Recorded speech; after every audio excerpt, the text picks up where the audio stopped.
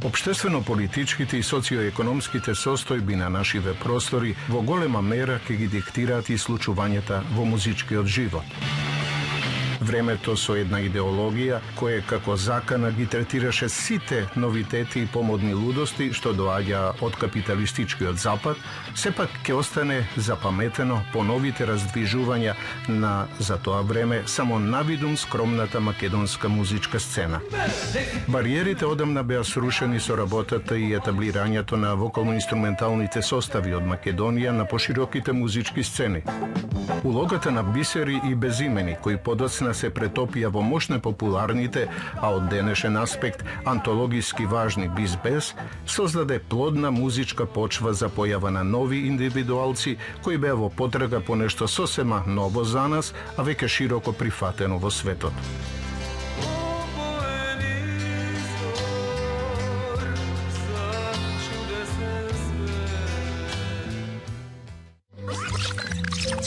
Си беше еднаш рок во Македонија. Се случи рок музиката. Уште 1962 година. Точно пред земјотресот. Вака беше. Се формираше една група што се викаше Бисери. И една друга група што се викаше Безимени. Во тие Бисери фронтмен главен човек беше Чивчи. До денеска опаметам, во душата рокер. Такви немаше многу тогаш во Скопје, да не зборуваме во Македонија. Околу него беа собрани неколку души, а јас бе викнат како најмлад, како дете што знае да свири гитара, да свирам ритам гитара од тоа време, бидејќи свиреше еден мац, што те подошна во Белград, завршил ликовна академија, Чивчи пееше, кој бубњаше веќе не се сеќавам, Диме Ѓурев се викаше мој драг пријател кој што свиреше бас гитара и ние функциониравме така аматерски нормално, пусто мерак по музика и мерак по рок. Ама тоа заврши. Се случи земјотресот.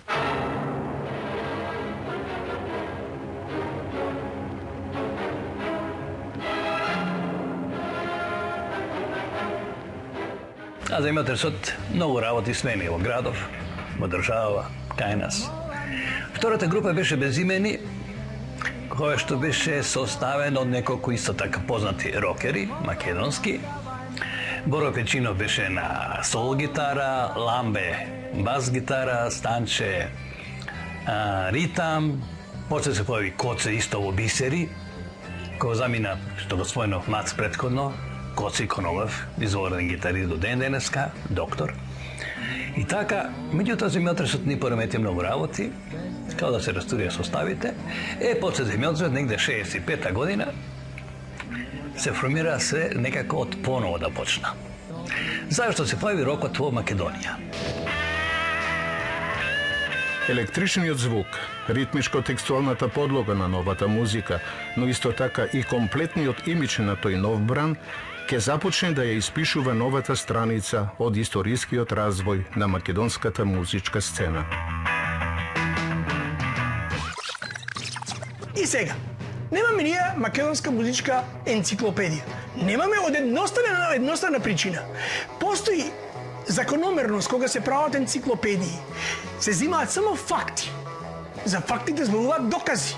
Ние во историјата на македонската популарна музика имаме многу малку записи оставени. А тоа дека јас, Петко, Станко и Јанко сме свирале во мојата зграда и сме имале група и била страхотно популарна, на која ни доаѓале 100 души, само тие 100 души може да ги заинтересира, бидејќи не останал доказ зад нас. За среќа, во еден одреден период, продукцијата на македонската радио телевизија, дали навремено сваќајки, почна да инаугурира еден посебен простор посветен на македонската рок музика пред се. Но многу доцна. Измина неколку генерации кои се загубија во просторот, во времето, остана да живеат во тоа време, тешко се снаоѓа во новите времења кои доаѓа, а тешко се носеше и со лобито кој владееше во македонската радио телевизија во продукцијата. Зошто? Затоа што таму имаше неколку продуценти кои изворедно занајчиски си ја познава и вршеа својата работа. Но тие раснаа, созреваа во некој друго време и со друг тип на музика. Речиси преку ноќ се појавуваат многобројни маорски групи на инструменталисти кои на почетокот ги репродуцираат само тогашните светски хитови, за потоа, чекор по чекор, со голем ентузијазам да се создава македонскиот рок-н-рол израз. Во аналите на македонската рок историја, една од страниците е резервирана за дел од првите скопски рок-н-рол групи, какви што беа Пламени, Шарпланинци, Пацифисти, Урагани, Вихори, Скрп, но и групата Исток, чиј идеен творец Љубомир Грбевски Джери е еден од иницијаторите и за востановувањето на манифестацијата Рок фестивал во 1983-та.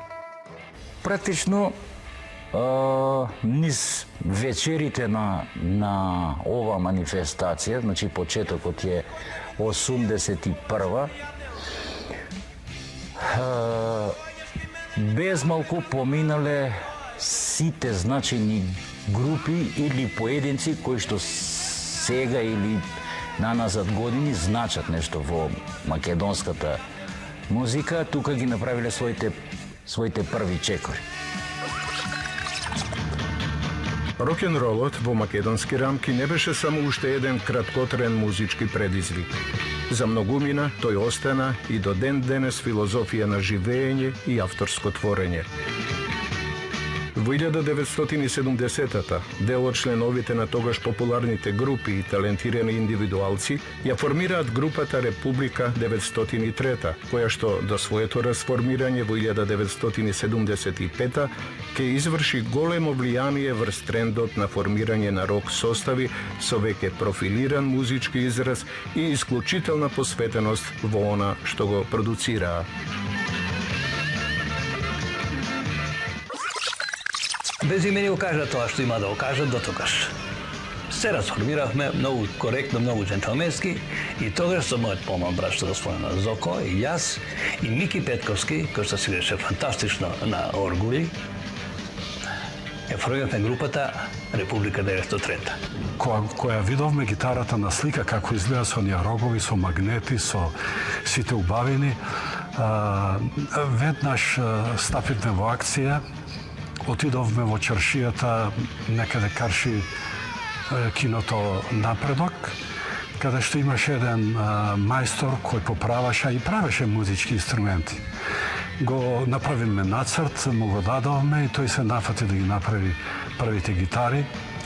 Ги направи, тие не беа совршени, но беа сосема доволни да ги можеме да ги свириме сите оние хитови што ги слушавме тогаш од познатите светски пејачки звезди и групи. Имаше убави презентации, убави свирки, убави дострели и други групи, така натаму, тоа сепак е задржан на Република 903, која што по мене беше првата што почна свири некоја варијанта, своја варијанта на джез рок музика. Еден член од групата, братот на нашиот вокален солист Стефче Јаневски Љупчо, подигна кредит за да ги земеме првите професионални инструменти од Германија. Само како илустрација да послужи дека тие инструменти коштава толку што тој со тие пари можеше во тоа време да уплати еден мал стан или да си купи автомобил, да го купи тогаш популарниот Фичо. Во име на групата оде во Лондон со брат ми, оде во Амстердам, носевме оригинални појачала, оригинални гитари, Фендери, Гибсони, појачала Маршали, Воксови. Сето тоа беше еден звук што практично ни даваше можност да музицираме и да звучиме на како што сакавме. Двата големи проблеми ги решивме, ни фалеа уште звучници. Тоа го решивме на најнепопуларен начин. Во тоа време во Скопје над продавниците имаше звучничиња, се пушташе музика, веројатно да ги привлекува купувачите. И ние се решивме сето тоа да го направиме на еден непопуларен начин, во една ноќна акција. Се што имаше звучни во Скопје си го присвоивме. Да не кажам сега, да не употребам друг збор, рискирајќи да бидеме фатени и сето она што ќе следеше потоа и ден денес ми е страв да помислам, бидејќи таа полиција беше малку и по-спремна и по-мобилна и многу лесно може да не откријат, но ете имавме среќа. Не бевме ние арами, не бевме деликвенти во класична смисла на зборот, туку само тога си дозволивме да го направиме тоа во името на музиката. Го имавме инстинктот на мајката која треба да го надои своето дете и тука нема избор. Детето мора да си го добие својот оброк, а ние своите музички инструменти.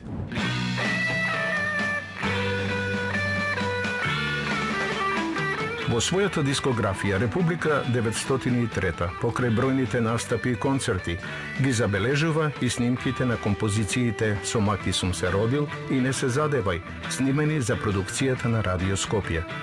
Рок музиката која се создава во овој период ја карактеризира употребата и стилизираната имплементација на уникатниот македонски фолклор и неговите карактеристични ритми.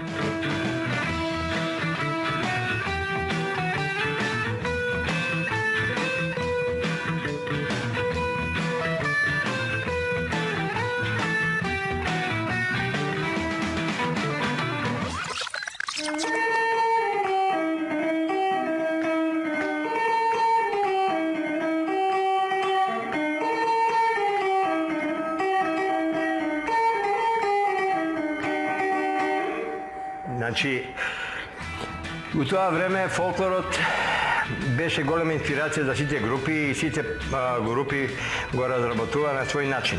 Она што го нарекуваме модерен поп израз, го комбиниравме со музичките извори од нашето фолклорно поднебе, така што тоа што го добивме беше извонредно и извонредно прифатено од публиката.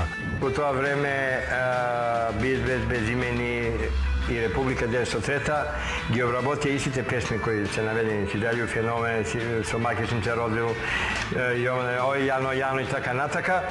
Во тоа многу ни помогна авторот Јане Коџавашија, кој во тоа време беше веќе афирмиран автор, ни даде неколку интересни композиции направени на фолклорни мотиви, така што ние ги преточивме со звуците на гитарите, им дадовме еден модерен звук и сето тоа подоцна се покаже како многу успешно.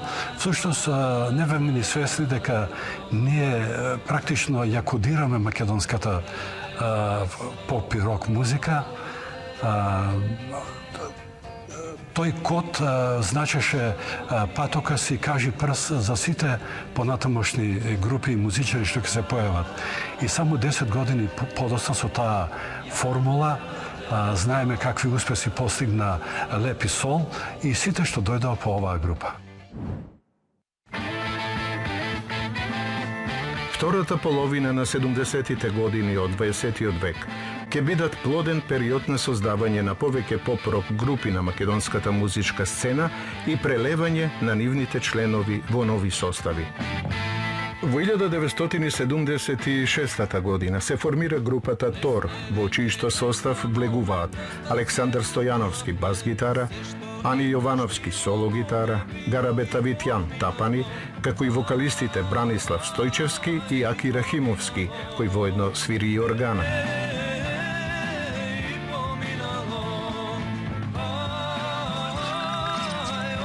Самиот почеток, од моја гледна точка, можам да бидам превише задоволен за една работа. Дека се уште се осеќам презадоволен што имало луѓе како Коце Ковнамов, како Чивчи, како првите птици кои го донесе рок звукот во Македонија. Безразлично што и пред нив некој го пробал да го работи, али главнината на тој звук испадна од такви луѓе. Тор, во која што пееше Аки Рахимовски, која нема ни една снимка, дури не може се пронајде во македонско радио, а не бари албум.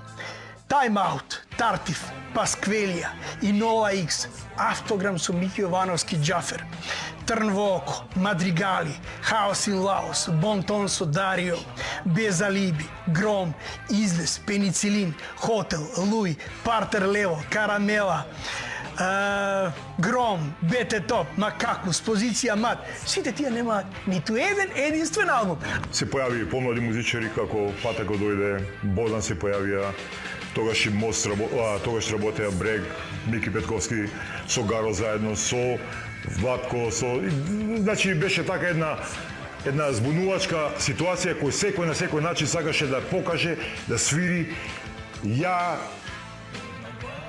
сум добар или не сум добар, или сум подобар од ова, или не сум подобар. Тако беше концептот на таа борба во Скопје на соодветните музичари и групи.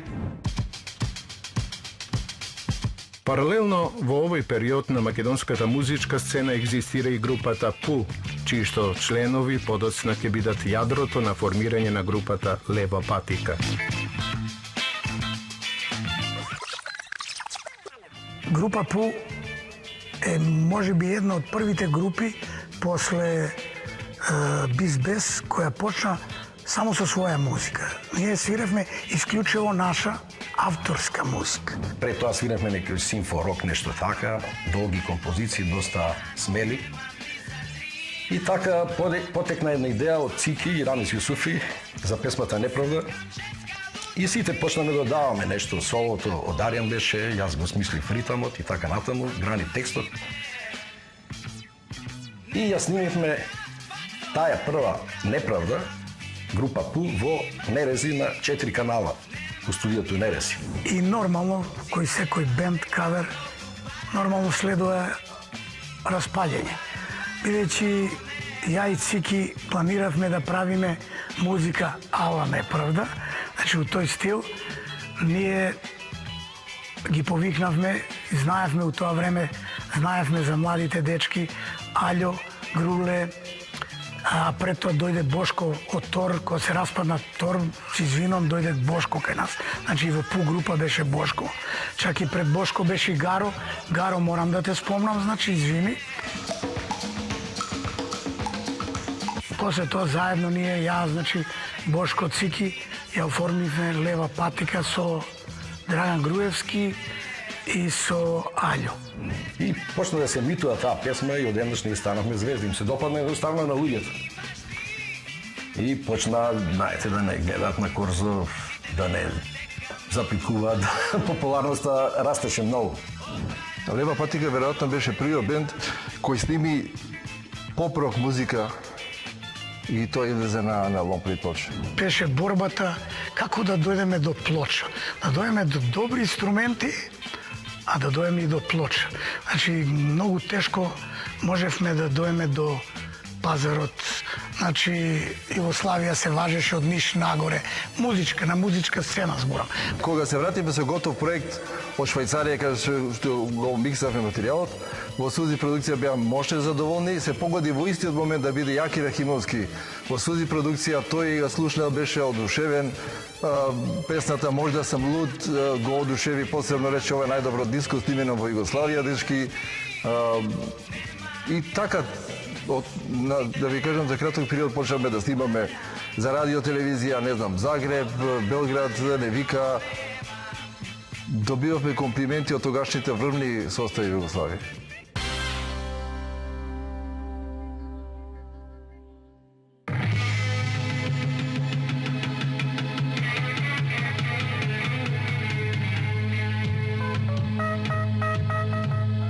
Во овој контекст, појавата на групата Лепи Сол во 1976 година ќе означи и една нова ера од македонската музичка историја. Бодан Арсовски на бас-гитара, Димитрија Чочоровски на тапани, кој нешто подоцна ќе биде заменет од Гарабет Тавитјан, Кокан Димушевски на клавијатури и Владко Стефановски вокал и соло гитара, ќе ја формираат најпопуларната македонска група на сите времиња.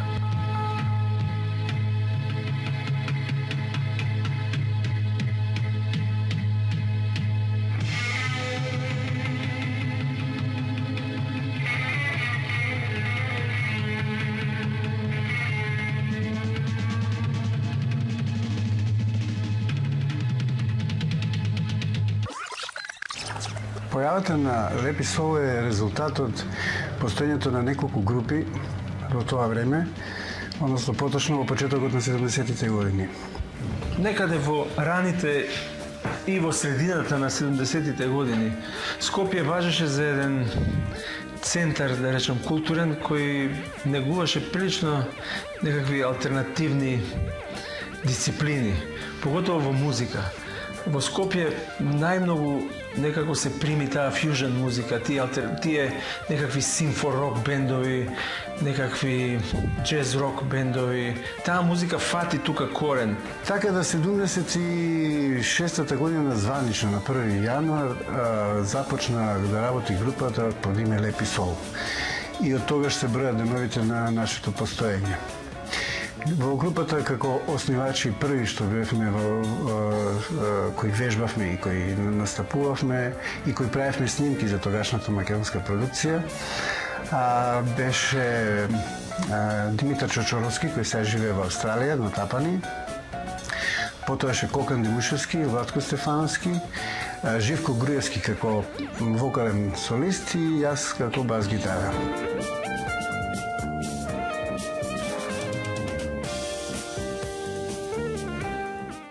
За програмските потреби на Радио Скопје тие ќе ги направат и првите снимки на темите Етида број 3, Песна за нас и Деветка. На Скопскиот фестивал во 1977 година групата Лепи Сол ќе дебитира на фестивалската сцена заедно со тогаш популарната Цветанка Ласкова. После низ години, спремајќи се, значи пред нели ние свиревме во Брег и така натака, се створи таа група Лепи Сол, во која доминираше, значи, македонската музика. Значи, Суза Љубов едно моме, значи, со Маки сум се родил, Јована Јованке, Марија и сите други песми, значи, и после сето тоа ние се определивме за Аберде Донке да настапиме на Опатија.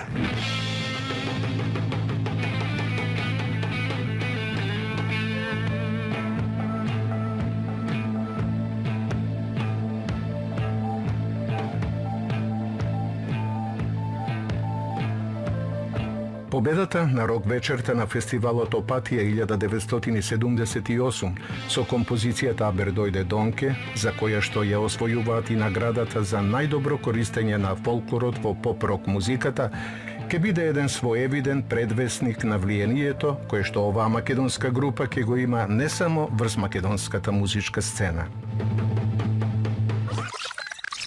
Тоа беше еден прилично драматичен настап наш.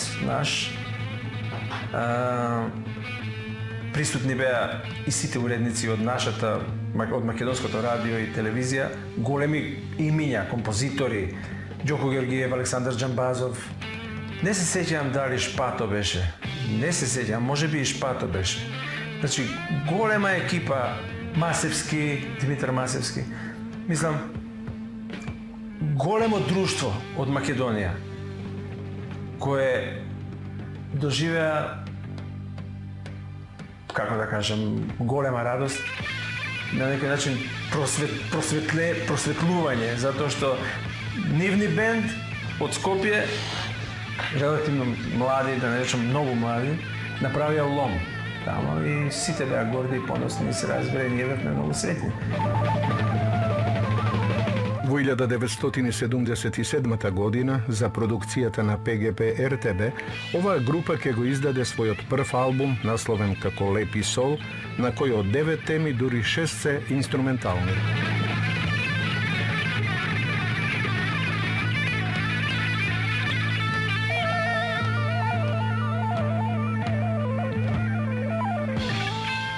Автори на музиката се членовите на групата.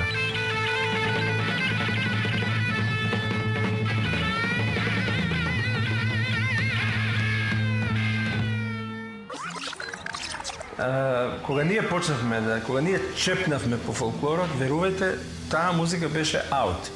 Ако хард рокот од тој момент, во тоа време, и ако таа некаква алтернативна, прогресивна музика беше ин, фолклорот беше тотално аут.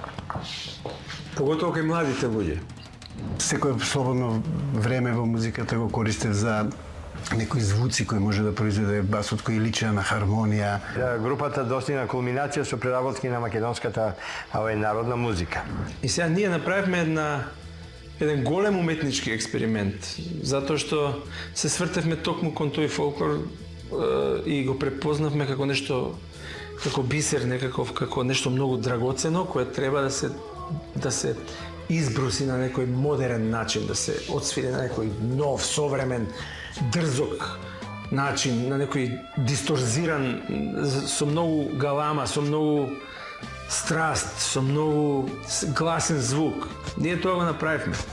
Најглавното од се се искаrakterizира, значи, фолклорот и преработките фактички дали се во джез, во рок и така натака. 4 фантастични виртуози кои на најдобар можен начин свира својата музика на својот мајчин јазик, тоа е македонскиот традиционален ритам и непарните ритмови и се останата. Таа група Леби Сол у тоа време за Југославија беше откровењен и, како да речем, најбоља група Југославија која представуваше Југославија, Македонија у цело, и мислам дека фолклорот беше отсвирен во манир на джез рок, како што они чудо невидени, како владееше Владко со гитарата, јас со тупарите, Бодан исто бас и Коки со аранжманите на клавиатури. И така да сето тоа песнице си добија некој свој облик и ние бевме доста интересни тоа време. И ми се чини се стварена голема дупка заради тоа што у тоа време сите републики има некои своји групи, само Македонија немаше и ми се чини дека ние таа група ја попомнивме и видам дека се докажавме дека сме стварно најбољи и така натака.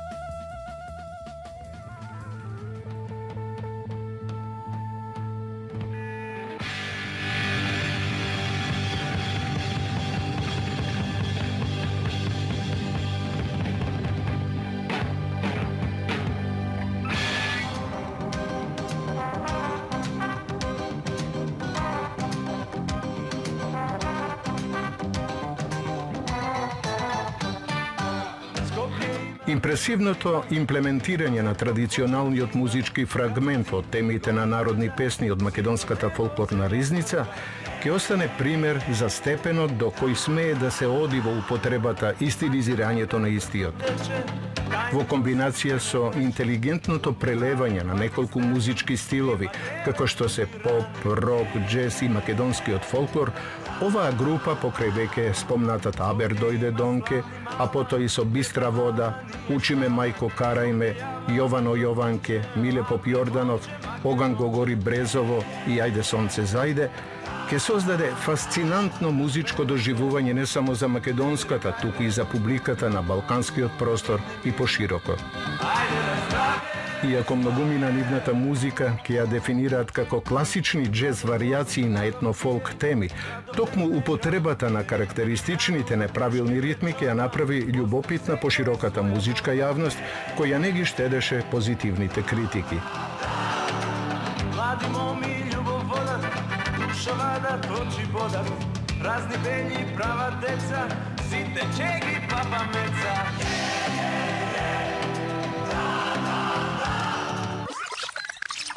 Јас се приклучив на групата Леби Сол, за жал, само неколку години пред нивното распаѓање, значи некои 6-7 години пред нивното распаѓање, но имав среќа да работам во нивните, можеби, најзначајни моменти од нивната кариера, односно најуспешните моменти, или она што се нарекува highlights во кариерата на еден рок-н-рол бенд. Јас бев практично, веројатно, единствениот менаџер покрај Рака Марич, кој беше менаџер на Бело дугме, кој на одреден начин се чувствувал како пети равноправен член на групата, бидејќи комплетно сите одлуки околу нашите настапи, околу издавање на албуми, околу патување, околу општо целата продукција ја правевме заеднички на работни состаноци кои беа многу чести. Значи ние имавме малтене по еднаш, два пати неделно борд митинг на кој сите седнувавме, договаравме и се сослушувавме еден со друг кој што мисли.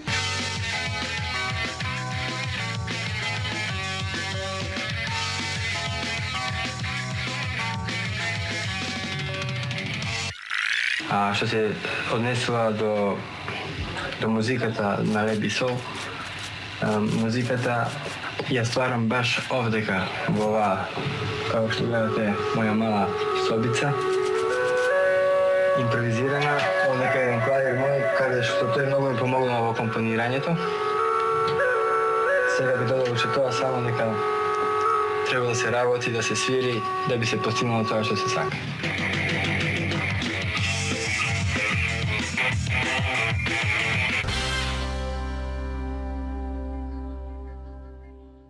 Песни, стихови, цели фермани. Почитувани музичари и исклучителни професионалци, секој за себе виртуоз на сопствениот инструмент, како група Лепи Сол, востановуваат и нови професионални стандарди за работење и третман по урнек на светските рок групи. За малку среќа живееме.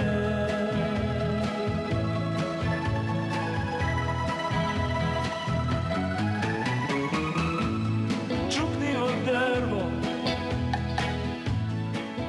Ние бевме бенд кој навистина сериозно имаше турнеи, зборам за европски и светски турнеи. Значи, тоа можеби, не можеби, него сигурно Лепи Сол беше единствената и прва македонска група која имаше успешни настапи на секаде во светот. Значи, јас во својата архива се уште ги чувам плакатите на кои пишува, не знам, Лепи Сол Live in CBGB, во легендарниот клуб во Њујорк, од каде е снимен и вториот наслов под етикетата на Третуво. Тоа е еден, би рекол, албум со историско значење. Лепи Сол ги свира главните сцени во Амстердам, во Париз го свира New Morning. Со една посета на Белград имавме по 5-6 полни распродадени концерти. Да не зборувам за Загреб. Мислам дека Лепи Сол беше една од најпопуларните групи во Загреб. Тие беа тамо навистина големи звезди. Лјубљана се работеше обавезно спортска дворана, Тиволи, или се работеа крижанки. Зборам, тоа се отворени простори кои собират по неколку илјади луѓе кои постојано беа распродадени. Останатите градови, не знам, Сараево, Подгорица, тоа беше нон-стоп sold out. Југословенските турнеи беа sold out.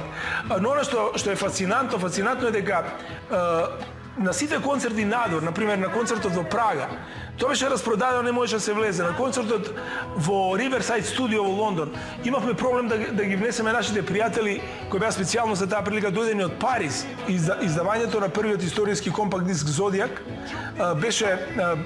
не беше само значен за Македонија, тоа беше настан на југословенско ниво. Пред тоа никој го немаше направено тоа на таков начин, со здружување на средства и човечки ресурси од самиот бенд.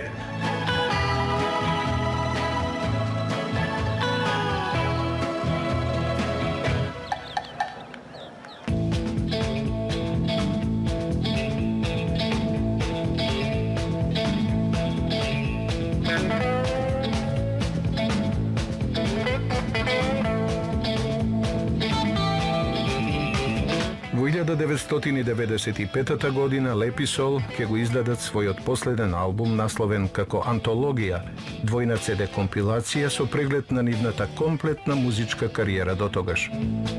Својот последен концерт групата ќе го има во легендарниот клуб Милос во Солун, пошто секој од членовите тргнува по патот на самостојни музички кариери. Лепи Сол ќе ја збогатат македонската музичка продукција со дела од непроценливо значење за македонската музичка култура. Во својот период на постоење од цели 20 години, групата Лепи Сол забележува продукција од 13 плочи албуми и 4 CD изданија, како и бројни концерти во земјата и во светот. Тежнеењето кон подлабока музичка експресија ќе ги мотивира Лепи Сол во постојана потрага по нов музички израз. Членовите на оваа група во многу нешта ќе бидат репрезенти на новите светски трендови во музичката култура кај нас.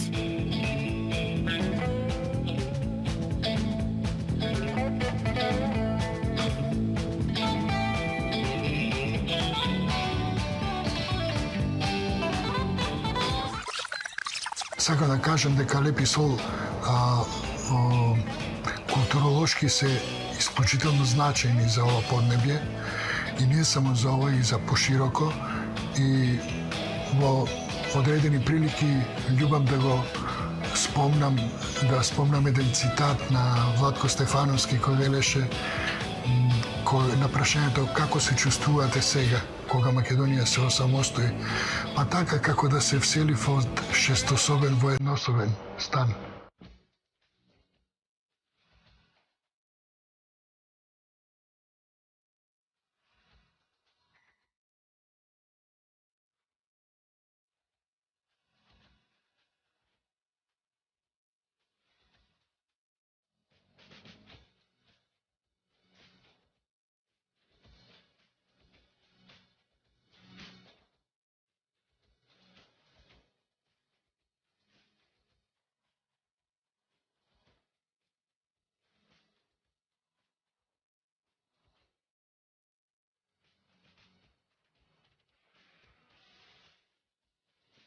По 30 години од нивното формирање, а 10 години по распаѓањето, на огромно задоволство на публиката која никогаш не ги заборави, групата повторно ќе се обедини во својата оригинална постава Бодан, Владко, Гаро и Кокан во 2006 година, дочекани од музичката критика со комплименти и наслови од типот повторно лебоманија и по 30 години повторно величествени.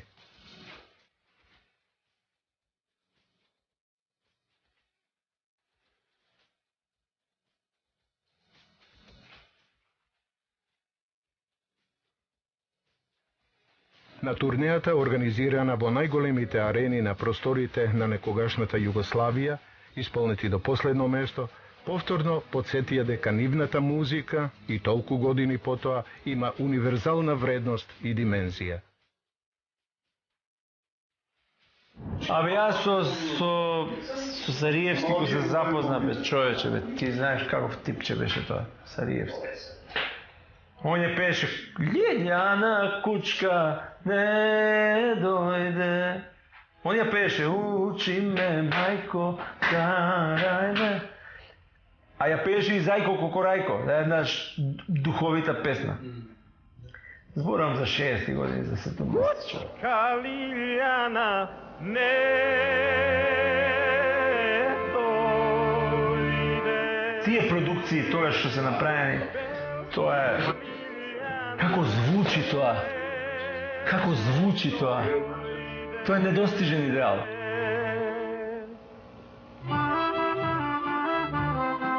Имаше нешто во таа музика, се разбира, почити кон новите звезди, уметници, пејачи, почит, респект. Меѓутоа, за мене лично, стрелката директно во срце ме гаѓа. Штом ги слушнам тие гласови, тие продукции, тие... Дури, ја не сум одел многу по архивата на МТВ да копам тамо, да барам. Мене би било доволно да пуштам Радио Скопје. Македонско радио, Радио Скопје. Сега тоа се вика Македонско радио, меѓутоа Радио Скопје е за мене затоа што се емитува од Скопје за Скопје. Знам дека и преку океан го слушаат таласот на бранот на Радио Скопје, меѓутоа врзан сум ја емотивно за таа куќа и за тие фреквенции.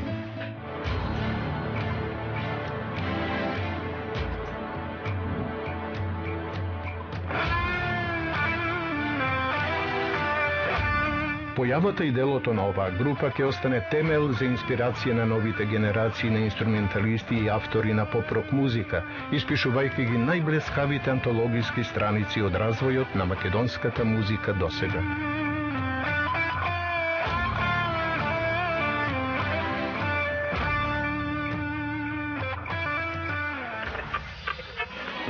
So